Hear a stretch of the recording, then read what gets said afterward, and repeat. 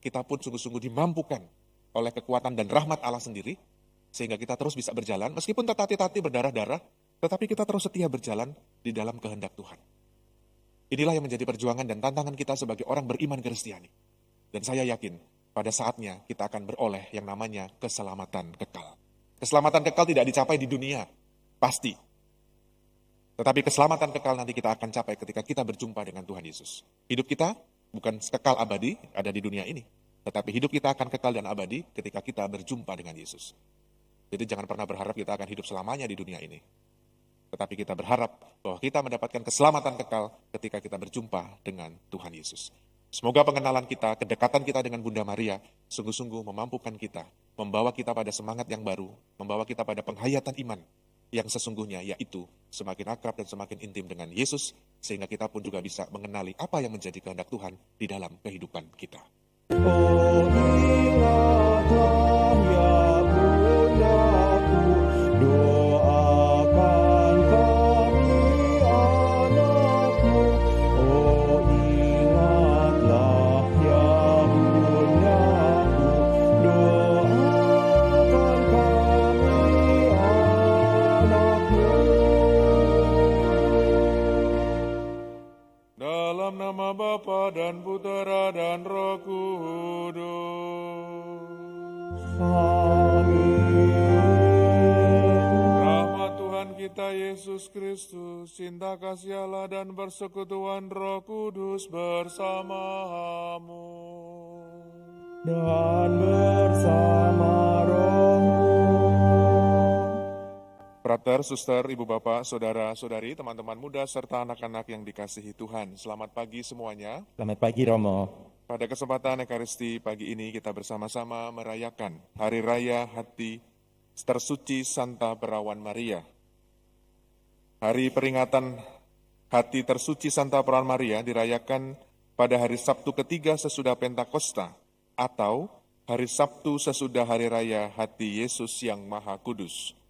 Kemarin kita merayakan Hari Raya Hati Yesus yang Maha Kudus, dan hari Sabtu ini kita memperingati Hati Suci Santa Perawan Maria tak bernoda.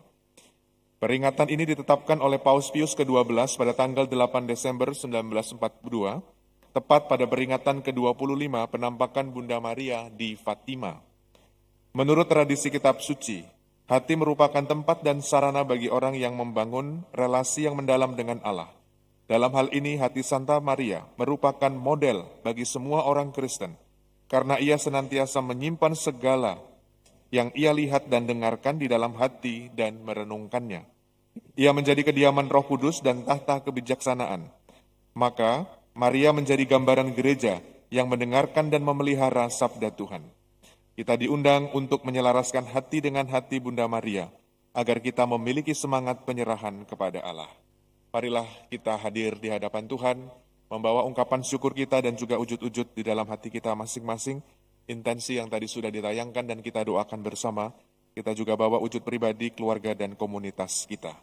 Dan sekarang marilah kita mengawali Ekaristi kita, seraya kita memohon ampun di hadapan Tuhan atas segala dosa dan kelemahan kita, agar kita sungguh layak dan pantas merayakan misteri suci ini. Frater, suster, ibu bapak, saudara-saudari yang terkasih. Hari ini kita memperingati Hati Tersuci Santa Perawan Maria, atau dengan istilah yang lain, Santa Perawan Maria yang tak bernoda. Inilah yang menjadi keyakinan iman kita di dalam Gereja Katolik, yang meyakini bahwa Bunda Maria tetap perawan sampai hari ini. Sebelum saya masuk dalam permenungan, saya ingin bertanya kepada Anda semua, baik yang hadir maupun yang mengikuti secara live streaming. Siapa di antara kita yang mempunyai devosi kepada Bunda Maria? Baru satu ya, suster pun tidak ya. Siapa yang sampai hari ini entah novena, entah rosario kepada Bunda Maria? Ya. Yang di rumah silakan angkat tangan sendiri ya. Ibu bapak, saudara-saudari yang terkasih, teman-teman semuanya, Bunda Maria hadir dan dihadirkan serta diwariskan oleh Allah Bapa kepada gerejanya, bukan pertama-tama hanya sekedar sosok seorang ibu, tetapi kita meyakini bahwa Bunda Maria adalah pilihan Allah, perawan, yang sungguh-sungguh memberikan inspirasi iman kepada kita orang beriman Kristiani. Maka ketika kita mengenal Bunda Maria, dengan harapan kita semakin mengenal Yesus putranya. Dengan kita mengenal Bunda Maria, dengan kita semakin memiliki relasi yang akrab dengan Bunda Maria, kita pun juga mengenal dan semakin akrab atau intim dengan Yesus putranya. Maka pengenalan kita, penghayatan iman kita kepada Yesus, yang selama ini kita hidupi dan kita imani, hanya mungkin kalau kita sungguh-sungguh juga punya relasi yang akrab, punya relasi dan pengenalan serta pemahaman yang benar kepada Bunda Maria. Kalau dikatakan di dalam Injil, bagaimana perjuangan Bunda Maria bersama Santo Yosef, Bapak Yosef, dalam mencari Yesus yang hilang pada waktu itu. Tetapi apa yang terjadi? Bunda Maria begitu mengenal, orang tuanya begitu mengenal siapa Yesus. Maka kalau para ibu yang ada di sini mencari anaknya yang hilang, tiba-tiba anaknya ada di gereja gitu ya, lagi berdebat mungkin dengan saya gitu. Kemana aja selama ini gitu ya. Lalu jawaban Yesus yang menarik sekali ya. Kenapa kamu kok mencari aku? Coba para ibu yang ada di sini dengan jawaban Yesus seperti itu, kira-kira marah atau enggak ya? Marah pasti. Kamu ya. Tetapi lihat, karena adanya relasi dan kepercayaan serta ketaatan Bunda Maria, ia menyimpan segala perkara di dalam hatinya dan merenungkannya. Bunda Maria bukan sosok pribadi yang mudah reaktif. Ya hanya bertanya begitu. Kenapa engkau mencari aku? Tidakkah kamu tahu? Bahkan Yesus yang menjelaskan ya. Inilah yang menjadi keutamaan Bunda Maria, ketaatan kepada Yesus putranya. Maka kita belajar pada kesempatan pagi ini, saya pun juga belajar. Bagaimana pengenalan kita kepada Bunda Maria, kita rajin berdoa ya. Mungkin kita baca buku, mungkin kita novena, mungkin kita rosario. Harapannya adalah kita semakin memiliki hati yang sama dengan Bunda Maria.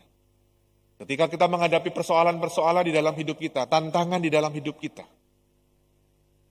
berusaha merenungkan apa yang terjadi dan apa yang menjadi kehendak Allah di dalam pengalaman hidup kita. Saya bersyukur, kemarin sore saya didatangi seorang ibu dari Nun Jauh di sana, ujung Tangerang situ. Bela-belain datang ke Kelapa Gading. Saya membayangkan perjuangannya ya. Dia cerita naik ini, turun di Pulau Mas, naik Gojek. Itu bagi saya perjuangan ya, luar biasa.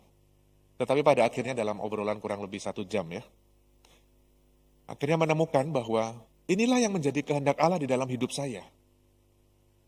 Oh nggak gampang untuk menerima segala macam aneka kesulitan yang bertubi-tubi, tetapi akhirnya bisa mengatakan bahwa saya menerima bahwa inilah yang menjadi kehendak Tuhan di dalam hidup saya. Dia cukup akrab juga dengan novena dan rosario kepada Bunda Maria. Saya mengatakan bahwa doa-doa kita mesti berbuah. Doa-doa kita bukan hanya sekedar ritual yang kita lakukan, tetapi sungguh-sungguh memohon rahmat dan kekuatan itu melalui doa-doa kita, sehingga ketika kita mengalami aneka kesulitan dan tantangan, kita pun sungguh-sungguh dimampukan oleh kekuatan dan rahmat Allah sendiri, sehingga kita terus bisa berjalan, meskipun tatati-tati berdarah-darah, tetapi kita terus setia berjalan di dalam kehendak Tuhan. Inilah yang menjadi perjuangan dan tantangan kita sebagai orang beriman Kristiani. Dan saya yakin pada saatnya kita akan beroleh yang namanya keselamatan kekal. Keselamatan kekal tidak dicapai di dunia, pasti. Tetapi keselamatan kekal nanti kita akan capai ketika kita berjumpa dengan Tuhan Yesus. Hidup kita bukan kekal abadi ada di dunia ini. Tetapi hidup kita akan kekal dan abadi ketika kita berjumpa dengan Yesus. Jadi jangan pernah berharap kita akan hidup selamanya di dunia ini. Tetapi kita berharap bahwa kita mendapatkan keselamatan kekal ketika kita berjumpa dengan Tuhan Yesus. Semoga pengenalan kita, kedekatan kita dengan Bunda Maria sungguh-sungguh memampukan kita, membawa kita pada semangat yang baru, membawa kita pada penghayatan iman yang sesungguhnya, yaitu semakin akrab dan semakin intim dengan Yesus, sehingga kita pun juga bisa mengenali apa yang menjadi kehendak Tuhan di dalam kehidupan kita. Tuhan memberkati. Amin. Agunglah misteri iman kita.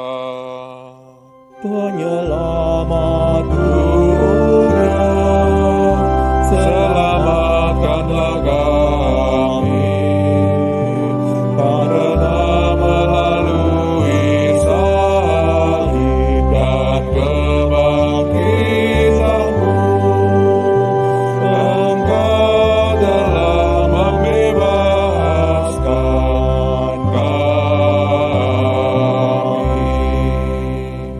Maria menyimpan segala perkataan itu di dalam hatinya dan merenungkannya.